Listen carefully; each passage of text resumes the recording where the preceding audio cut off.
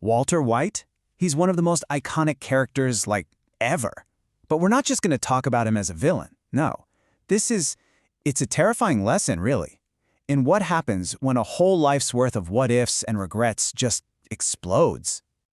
So, let's start with a question. A classic one, right? We've all seen this story play out a million times. You take a guy, push him to the absolute edge, back him into a corner. He's got nothing left to hang on to. But see, that's where the story usually ends. For Walter White, that's where it begins. This isn't just a story about loss. Oh no. It's about ambition. It's about all that resentment that's been bubbling just under the surface for years. And now, it's finally boiling over. All right, let's dive in. Section 1, the man who changed.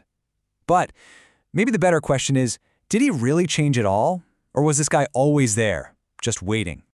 I mean, just look at the two sides of this coin. On one side, you've got Walter White. The guy's a high school chem teacher, kind of meek, kind of struggling, basically invisible, you know? And then you have Heisenberg, feared, respected, a ruthless and, let's be honest, brilliant drug lord. It's like two completely different people living in the same body. And that's the big question we're trying to figure out, isn't it? Was he a good man that got twisted and broken by circumstances? Or was he always a monster, just a powerless one waiting for the keys to the kingdom? Okay, Section 2. Let's talk about the breaking point. The moment everything changed. A dance with death. So what was the trigger? Well, it's the big one. A terminal cancer diagnosis. For anyone, that's a world-shattering moment. But for Walter, that death sentence wasn't just an ending. It was permission. Permission to finally do whatever he wanted. You know, this actually taps into a really interesting idea from a philosopher named Martin Heidegger. He basically said that when you truly, genuinely accept that you're going to die, it frees you. All the small societal fears just melt away, and you can finally be bold, authentic, maybe even a little dangerous. It's like staring death in the face gave Waltz the freedom to finally become, well, himself. But here's the thing. Does getting a death sentence automatically turn you into a monster? Of course not.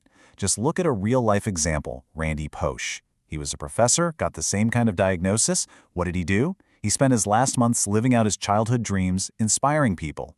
Walter White? Yep, he chose a very different path. And that tells you everything you need to know. The cancer might have been the spark, but the firestorm that followed, that was a choice. All right, on to Section 3, the Heisenberg uncertainty. This is where we get into his, let's call it a dual nature. Because think about it. He told everyone, and maybe himself, that this was all for his family. But then, he makes way more than enough money to set them up for life. Does he stop? Nope, he doubles down. The risks get bigger, the violence gets worse.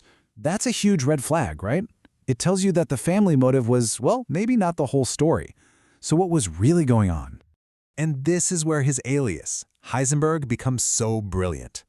It's a shout-out to the physicist Werner Heisenberg and his famous uncertainty principle. And stick with me here, it's actually pretty simple. In quantum physics, you can't know everything about a particle at the same time. The more you nail down its speed, the fuzzier its location gets, and vice versa. Okay, so now let's apply that to our guy. The more we see of the ruthless criminal, Heisenberg, the more he comes into focus, the harder it is to see Walter White, the meek family man. He just gets blurrier and blurrier. It's not just that one is hiding the other. The original identity is literally dissolving. And then, bam, we get that iconic line. That's the moment the switch is flipped for good. That's not Walter White trying to sound tough. That is Heisenberg. All the uncertainty is gone, and in that moment, you realize Walter White is gone too. So if it wasn't for his family, what was it? Section 4, Revenge of a Failure. Let's get to the real motivation. This quote right here, this is everything. This is the key that unlocks the whole puzzle. At its core, this story isn't about drugs or money. It's about a genius who feels like an absolute failure. And you gotta understand, the bigger the potential, the heavier that failure feels. I mean, let's just trace the path of his life, right? This guy was a brilliant chemist. He helped with Nobel Prize-winning research. He co-founds this company, Gray Matter, that becomes a billion-dollar giant, and he just walks away. So where does this genius mind end up? Teaching chemistry to kids who don't care and getting humiliated at a car wash. It's not just sad, it's a tragedy of wasted, squandered potential. And that's when it all clicks. The meth business, it was the only stage he had left to perform on.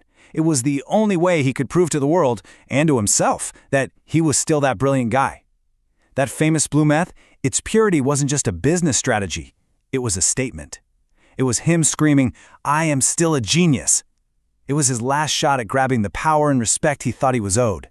Which brings us to our final section. Section 5, the king of nothing. This is where all the lies finally fall apart. Because in the end, the truth comes out. He finally says it, out loud, to his wife. And you get the feeling, maybe for the first time, he's really saying it to himself. All the talk about doing it for the family just evaporates. The truth was so much simpler and way more selfish. He did it for him. He did it because he liked it. Because for the first time in forever, he felt powerful, he felt respected, he felt alive.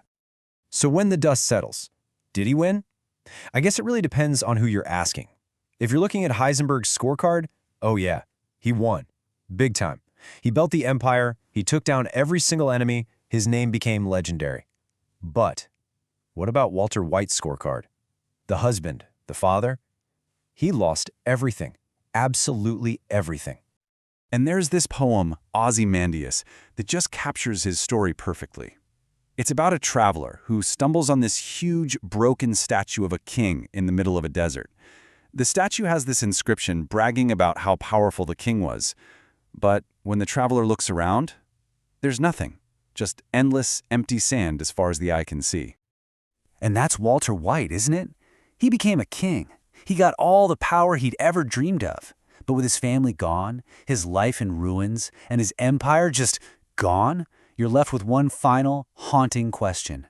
What good is a king when there's no kingdom left to rule?